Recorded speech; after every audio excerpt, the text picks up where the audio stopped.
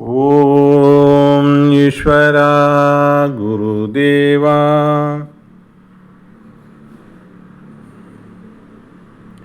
மாமகரிஷி ஈஸ்வரபட்டாய சர்க்குருதேவரின் அருள் ஆசியும் அருள் சக்தியும் பேரருளும் பேரொழியும் நாம் அனைவரும் பெறுவோம்.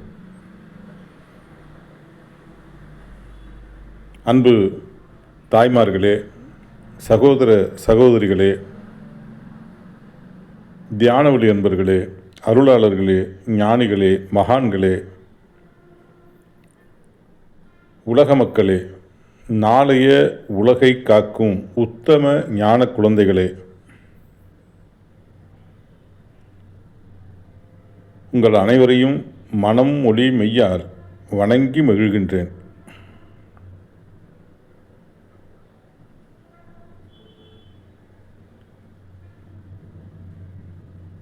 இப்பொழுது நாம் பார்க்க இருப்பது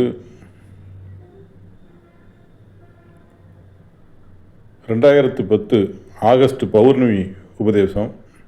மெய்ஞான இதழிலிருந்து பார்க்குறோம். இதுக்கு எப்படி இருந்தாலும் கொஞ்சம் டைம் இழுக்கும், ஏன்னா நீண்ட பதிவாக இருக்குது.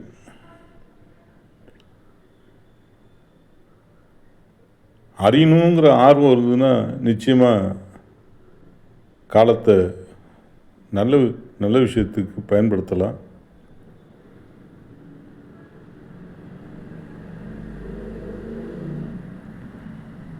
சாமியுடைய அருள் உரையை இந்த உரையை நீங்கள் கேட்கும்போது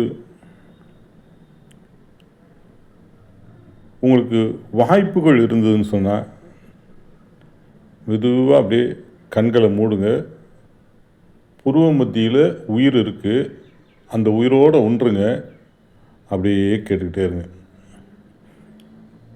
அருமையாக போயிட்டே இருக்கும். ஒன்றுத்தையும் அப்படியே ரசித்து கேளுங்க. அவ்வளோ விஷயங்கள் இதுக்குள்ளே இந்த தியானத்தில் இருக்குங்க.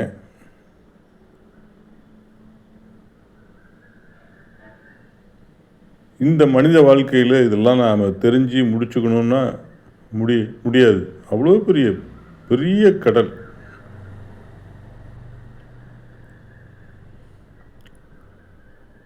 அருள் ஞானத்தை அறிவது, மெய்ப்பொருளை காண்பது என்பது மிகப்பெரிய விஷயம். இப்போ நாம் உள்ற போகலாம்.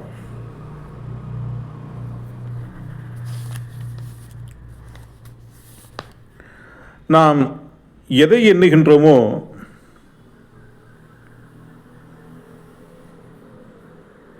வேதனை என்றால்,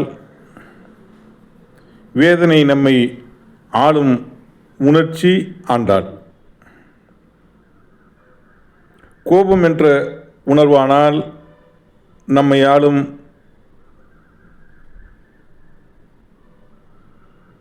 நிலை ஆண்டாள்.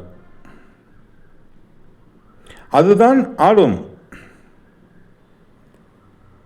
நாம் வேதனை என்ற உணர்வை நீக்க வேண்டுமென்றால், வேதனை நீக்கிய உணர்வு ஆறாவது அறிவு அந்த துருவ நட்சத்திரத்தின் பேரருளும் பேரொழியும் பெற வேண்டும் என்று கண்ணின் நினைவை ஏங்கி ஒரு நிமிடம் ஆன பின் அடுத்து கண்ணை மூடி உயிரான ஈசனிடம் நம் புருவ மத்தியில் இயங்கிக் கொண்டு இருப்பது அவன்தான். இந்த உயிரான ஈசனிடம் வேண்டி அந்த துருவ நட்சத்திரத்தின் பேரருளை பெற வேண்டும் என்று ஏங்க வேண்டும். என்னை கண்ணிலே பார்க்கின்றீர்கள், கண்ணோடு சேர்ந்த காந்தப்புலன் நம் ஆன்மாவாக மாறுகிறது. காந்தம் உயிரிலே மோதுகின்றது. நான் சொல்லும் உணர்ச்சிகள் உங்கள் உடல் முழுவதும் படர்கின்றது. உணர்வின் அதிர்வுகள் உங்கள் உடலில் செல்கின்றது. அரங்கநாதன் இதை உணர்ச்சிகளை ஏங்கி பெறப்படும் பொழுது உங்கள் உடம்பில் புத்துணர்ச்சி வரும். உங்கள் உடலில் உள்ள அணுக்கள் அனைத்திற்கும், ஏனெனில் இதை எண்ணப்படும் பொழுது இதற்கு முன் நம் உடலில் கெட்ட அணுக்களுக்கு ஆகாரம் போகாதபடி இங்கே தடைப்படுத்துகின்றது.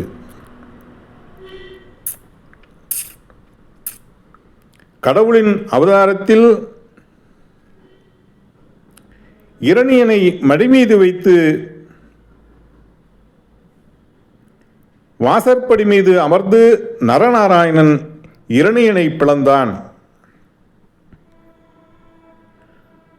சூரியனும் 27 நட்சத்திரங்களும் வெளிப்படுத்தும் பால்வெளி மண்டலத்திலிருந்து தான் கவருவதை பாதரசத்தால் மோதி பிளக்கின்றது சந்தர்ப்பம்.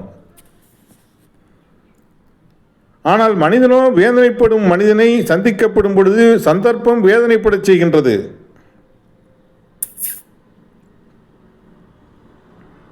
நம் உணர்வுகள் பலவீனமடைகின்றது.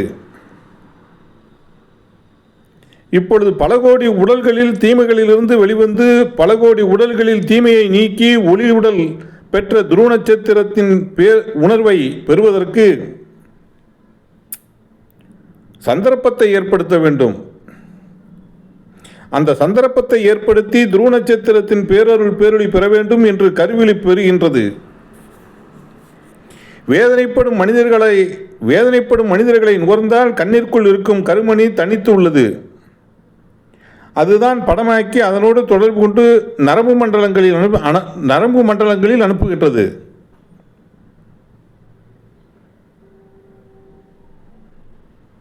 அந்த வேதனை உணர்வுகள் இதில் பட்டால் வேதனை உணர்வோடு பார்த்துவிட்டு சமையல் செய்ய போனால் காய்கறிகளை ஒழுங்காக வைக்க முடியாது.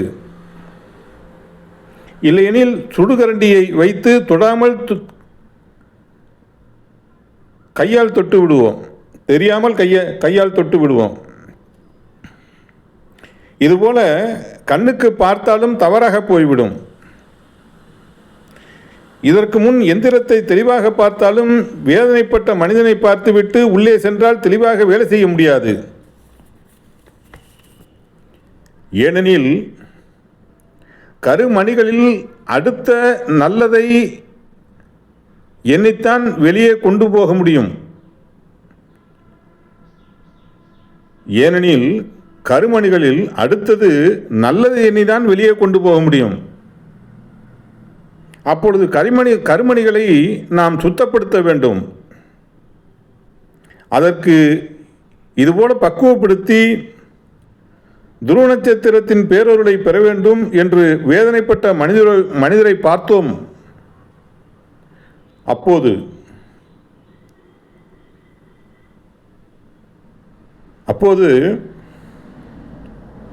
ஒரு நிமிடம் துருவ நட்சத்திரத்தின் பேரொருளும் பேரொளியும் பெற வேண்டும் என்று இதை துடைத்து விடுகின்றோம்.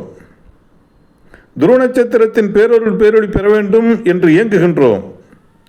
அடுத்து நம் கண்ணின் நினைவிற்கு கொண்டு வர வேண்டும். அந்த புருவ மத்தியில் செய்த உடனே மூக்கு வலி சுவாசிப்பதற்கு பதில் கண் வலி கவர்ந்து இதை இணைக்க வேண்டும். இங்கு வலிமையான பின் இந்த உணர்வின் தன்மை பிராணாயாமம். இதை மாற்றி துருவ நட்சத்திரத்தின் உணர்வின் இயக்கமாக மாற்றுகின்றது. முருகு மாற்றி அமைக்கும் சக்தி. பிரம்மாவை சிறைபிடித்தான். நாம் நுகர்ந்தது நம் உயிரிலே பட்ட பின் பிரம்மமாகிறது. ஆறாவது அறிவால் தீமையை நீக்கும் உணர்வை இங்கு பிரம்மமாக்க வேண்டும். பிரம்மாவை சிறைபிடித்தான், ஆறாவது அறிவு உண்டு.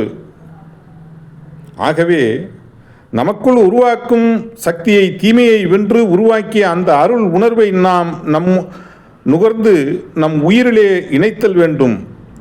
இணைத்து கொண்ட பின் உள்ளே புகாது உடலை சுற்றி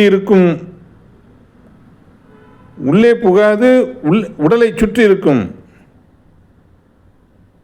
மடி மீது இரணியை வைத்து வாசற்படி மீது அமர்ந்து நரநாராயணன் இரணியனை பிளந்தான். தீமைகளை விலக்கி தள்ளுதல் வேண்டும். இங்கே வலுவாக ஒரு நிமிடம் எண்ணிய பின் துருவ நட்சத்திரத்தின் பேரருளும் பேரொழியும் இரத்த நாளங்களில் கலந்து என் உடல் உறுப்புகளை உருவாக்கிய அணுக்கள் அனைத்தும் அது பெற வேண்டும் என்று வலியேற்ற வேண்டும். ஒரு நிமிடம் வலுவான பின் அந்த சத்து உள்ளிருந்து வலுவாகும் போது வேதனை என்ற உணர்வோ வேதனை அணுக்களுக்குண்டான ஆகார நிலையோ முன்னிருப்பதை இது பிளந்துவிடும், நீக்கிட வேண்டும். எப்படி துணியில் அழுக்கப்பட்டால் சோப்பை போட்டு நுரையிட்டு அழுக்கை அப்புறப்படுத்துகின்றோமோ இதுபோல மகரிஷிகளின் அருளை துருவ நட்சத்திரத்தின் பேரருளை நம் உடலுக்குள் செலுத்தி அதை வலுவாக்கி நம் ஈர்ப்பு வட்டத்தை விட்டு அகன்று செல்ல வேண்டும். இதை நீக்கிட வேண்டும். இதை நீக்கிவிட்டால் நம் ஈர்ப்பு வட்டத்தை விட்டு சென்று விட்டால் சூரியன் அதை கவர்ந்து கொள்ளும். நம் உடலுக்குள் வலுவான எண்ணங்கள் சேர்த்துக்கொள்ள வேண்டும். அந்த துருவ நட்சத்திரத்தின் பேரருளும் பேரொழியும் இரத்த நாளங்களில் கலக்க வேண்டும். என் உடல் முழுவதும் படர வேண்டும். ஜீவான்மா ஜீவனுக்கள் பெற வேண்டும் என்று எண்ண வேண்டும்.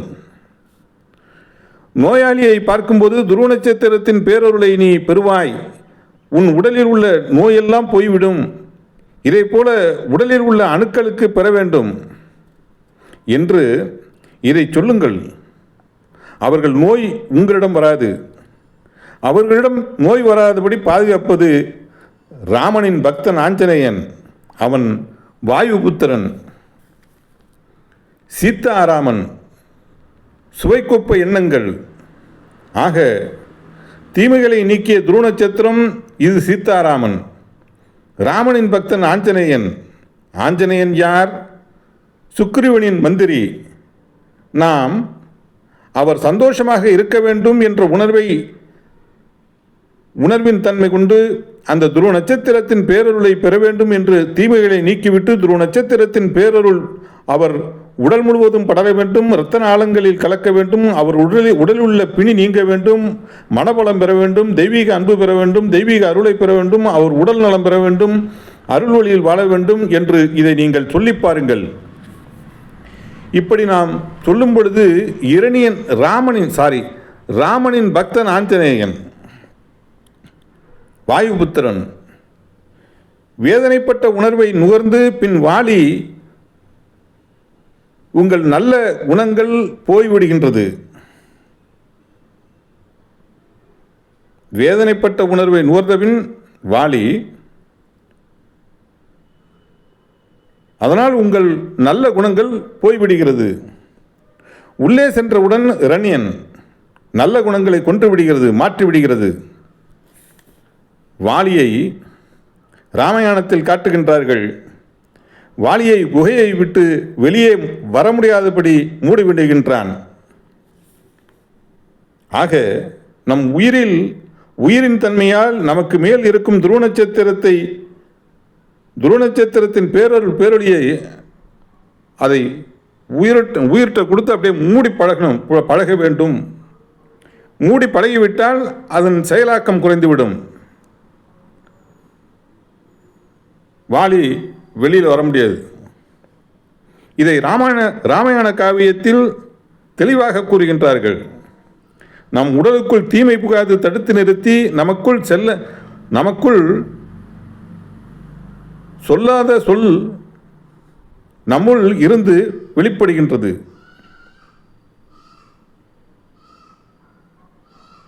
நம் உடலுக்குள் தீமை புகாது தடுத்து நிறுத்தி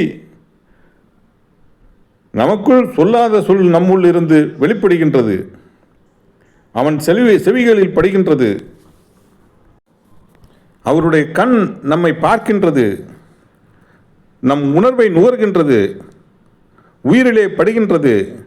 அந்த உணர்ச்சி வாயுபுத்திரன், சுக்கிரீவனின் மந்திரி, சுக்கிரீவனின் சொல்படித்தான் இந்த வானரப்படைகள் செயல்படும். ராமாயணத்தை தெளிவாக காட்டுகின்றார்கள்.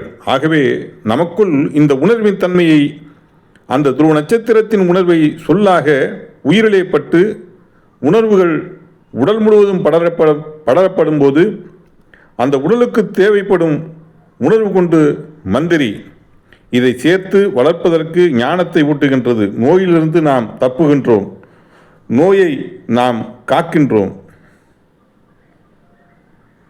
அதாவது ரெண்டுத்தையும் சொல்கிறாங்க பாருங்கள். இந்த இடத்துல கொஞ்சம் நிறுத்தி பேசிக்கிறேன் கொஞ்சம். அதாவதுங்க,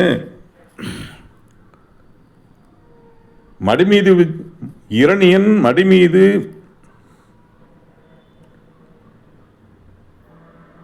மடிமீது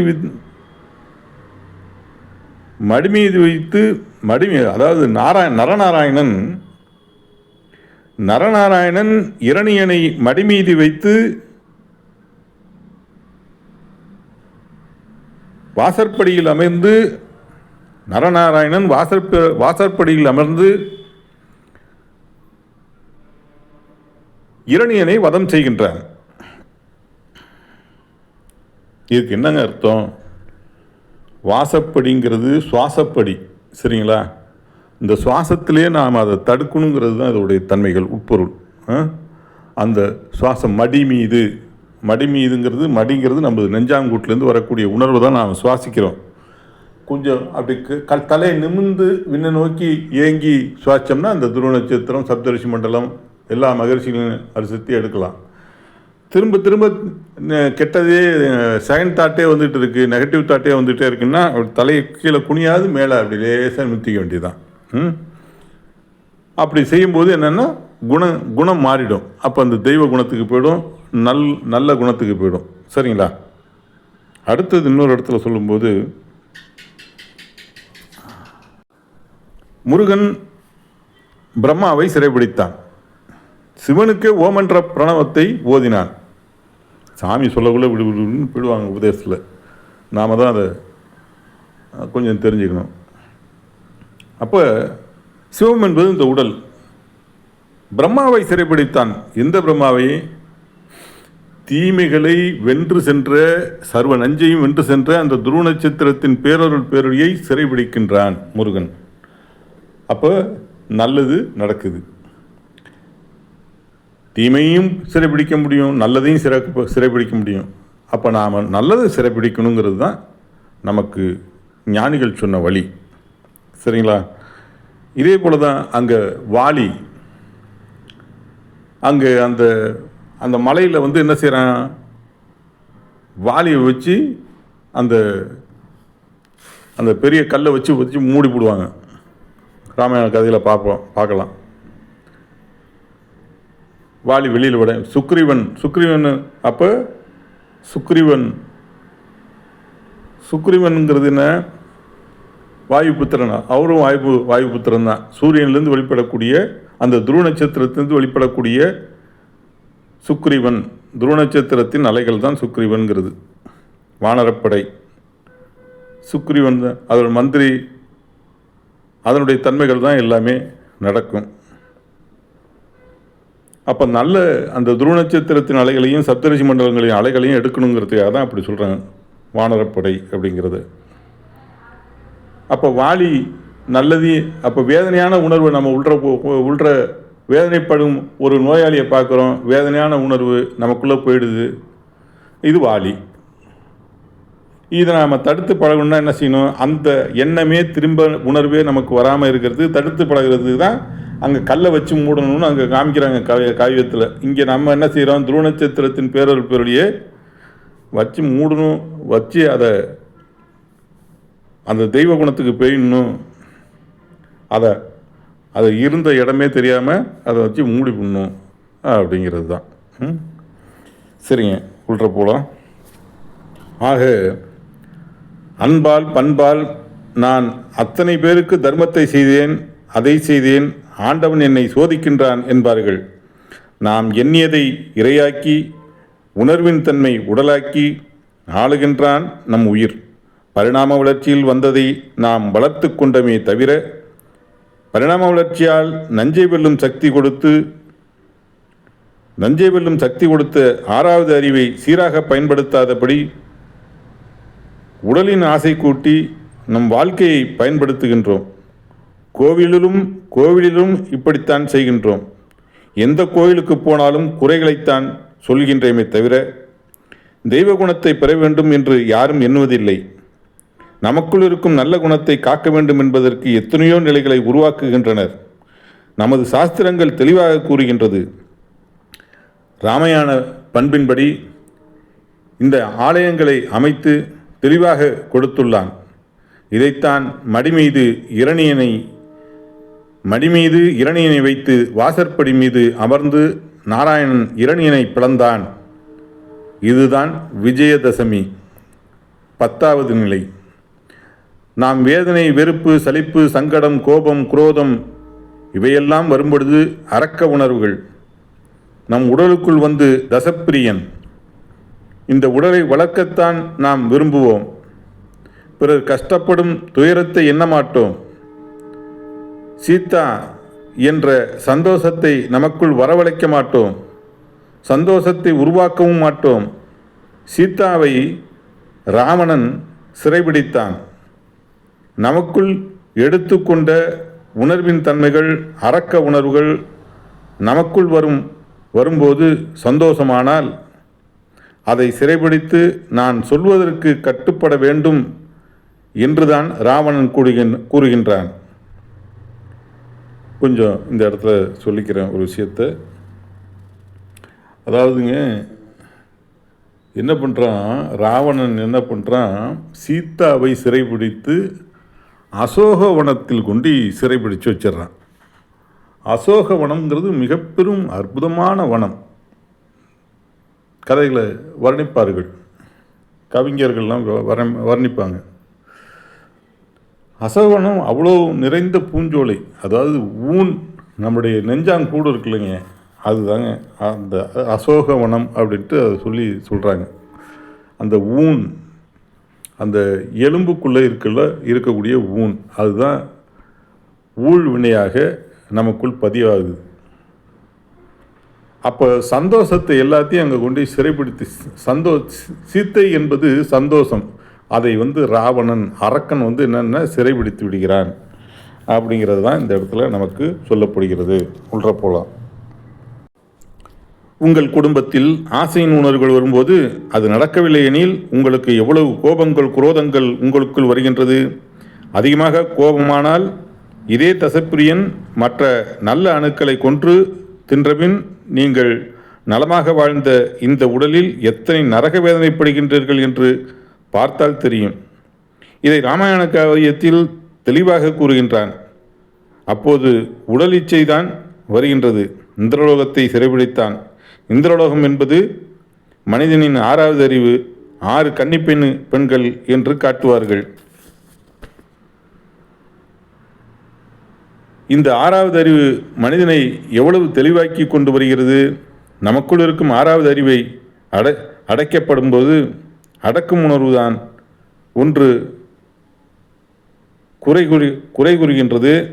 அசுர உணர்வுகள் போல் இரக்கமற்று கொன்று சாப்பிடும் இந்த மிருக உணர்வே நமக்குள் வரும் என்பதை அங்கு தெளிவாக காட்டுகின்றான் ராமாயணத்தில்.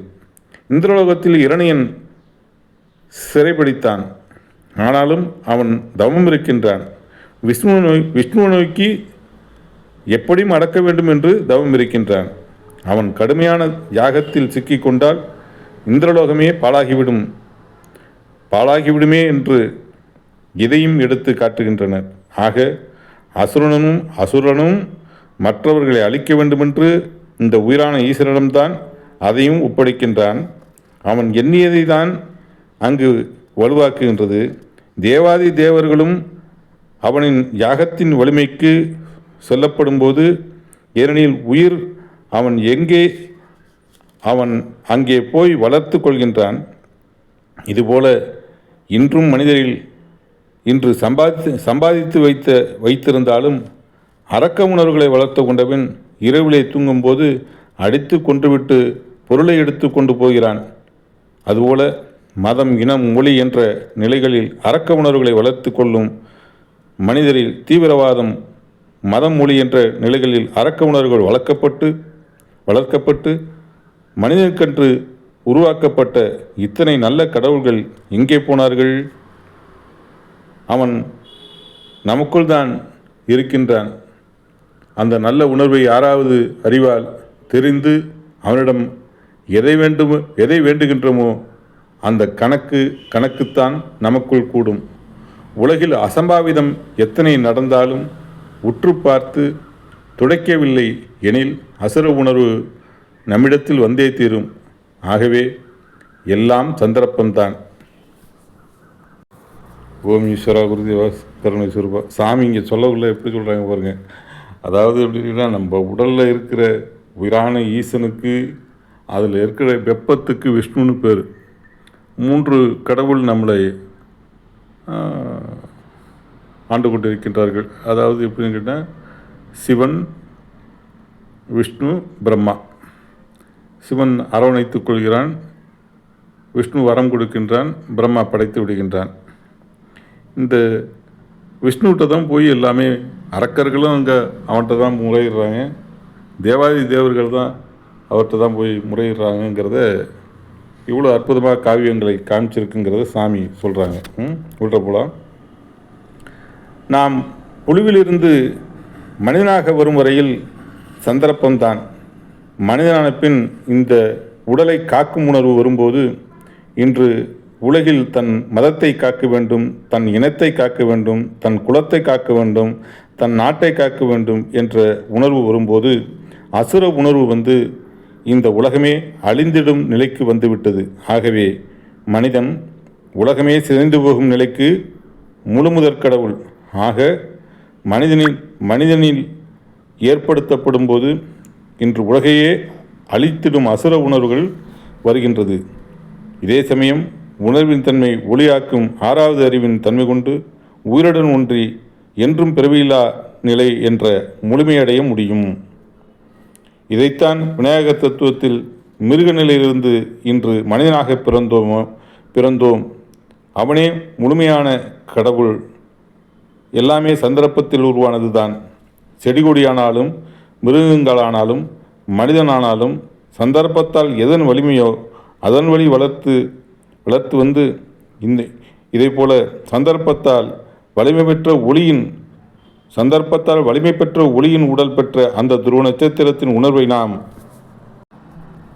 பெற்றால் அந்த சந்தர்ப்பம் கேட்போருக்கும் வருகின்றது. நீக்கும் உபாயம் தான் நினைத்து அதை எடுத்துக்கொள்ளும் சந்தர்ப்பத்தை ஏற்படுத்தினால் அந்த தீமையிலிருந்து நீக்கலாம். சந்தர்ப்பம்தான் எல்லாவற்றிற்கும் காரணமே தவிர எது வலிமையோ அதன் வழி மாறிக்கொண்டே உள்ளது. உங்கள் வாழ்க்கையில் வலிமையான துருவ நட்சத்திரத்தின் உணர்வை பதிவானது எப்படி திட்டியவனை துரோகம் பண்ணினான் பாவி என்று எண்ணும் பொழுது அவன் வாழ்க்கையை கிடைக்கின்றது. உங்களை அறியாமலேயே குடும்பத்தில் தகராறு, வியாபாரத்தில் மந்தம், நண்பரிடத்தில் பகைமை வருகின்றது.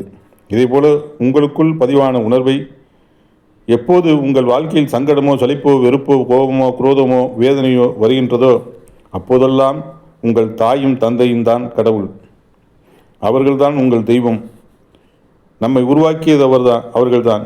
அவர்களை எண்ணிவிட்டு ஒரு நொடி அந்த துருவ நட்சத்திரத்தின் பேரொளி பெற வேண்டும் என்று எண்ணி பாருங்கள். என்றும் உங்களுக்கு உறுதுணையாக இருந்து காத்திடும் தெய்வங்கள் அவர்கள்தான். உருவாக்கினார்கள். உங்களை காப்பவர்கள் அவர்கள்தான். என்றுமே காக்க வேண்டும் என்ற உணர்வுகள் நமக்குள் உண்டு. விளைந்த உணர்வுகள் பூமியிலே பரவியுள்ளது. இதை எண்ணி உணர்வை வழிவேற்றி கொண்டு அவர்கள் அருளால் அந்த துருவ நட்சத்திரத்தின் பேரொளி பெற வேண்டும். ஈஸ்வரா என்று ஏங்கி இரத்த நாளங்களில் கலக்க வேண்டும். என் உடல் முழுவதும் படர வேண்டும். என் உடல் உறுப்புகளை உருவாக்கி அணுக்கள் பெற வேண்டும் என்று எண்ண வேண்டும். உடனே அதற்கு வேண்டிய அந்த சக்தி பெறக்கூடிய தகுதியை பெறுகின்றீர்கள். உங்கள் உடலில் வலிமை பெறுகின்றது. உங்களை உருவாக்கியது மனிதனாக இருப்பதற்கு காரணமே தாயே. உடலில் இருந்து எடுத்த உணர்வுகள் தான். இளம்பிள்ளைகள் வளர்த்து கொண்டது அதுதான். இளம்பிள்ளை எல்லாம் சின்ன நம்மளை ஆளாக்குனதெல்லாம் தாய் தான். ஆகையால் நீங்கள் எண்ணும்போது அது வரும். உங்கள் குடும்பத்தில் எத்தகைய கஷ்டம் வந்தாலும் சரி, இந்த முறைப்படி அன்னை தந்தை அருளால் அந்த துருவ நட்சத்திரத்தின் பேரொளி பெற வேண்டும் என்று எண்ணி ஏங்கி பாருங்கள். எளிதில் பெற முடியும். சிக்கலை நிவர்த்திக்க ஞானம் எளிதில் கிடைக்கும். தாயின் உணர்வால் துருவ நட்சத்திரத்தின் அருளை பெற முடியும். ஏனெனில் நம் கடவுள் நமக்குள்ளேயே இருக்கின்றான். நம் உயிரும் கடவுளே. ஏனெனில் ஒவ்வொரு அணுவும் எதன் உணர்வை எடுத்ததோ உள்நின்று இயங்குவது. நாம் எடுத்துக்கொண்ட குணங்கள் எத்தனையோ அதையும் கடவுளாக நின்றுதான் உருவாக்குகின்றது. இந்த அளவில் இதை நிறைவு செய்கின்றார்கள் ஞானகுரு மாமகரிஷி வேணுகோபால சுவாமிகள். நலம் பெறுக வளம் பெறுக மகரிஷிகளின் நற்சக்தி பெறுக என்று நிறைவு பண்ணுறாங்க. ஆக முழுமுதற் கடவுள்னு ஒரு இடத்துல இந்த இடத்துல சொல்கிறாங்க. இப்போ முழுமுதற் கடவுள்னு யாரை சொல்கிறாங்க? மனிதனை தான் முழுமுதற் கடவுள் சொல்கிறாங்க.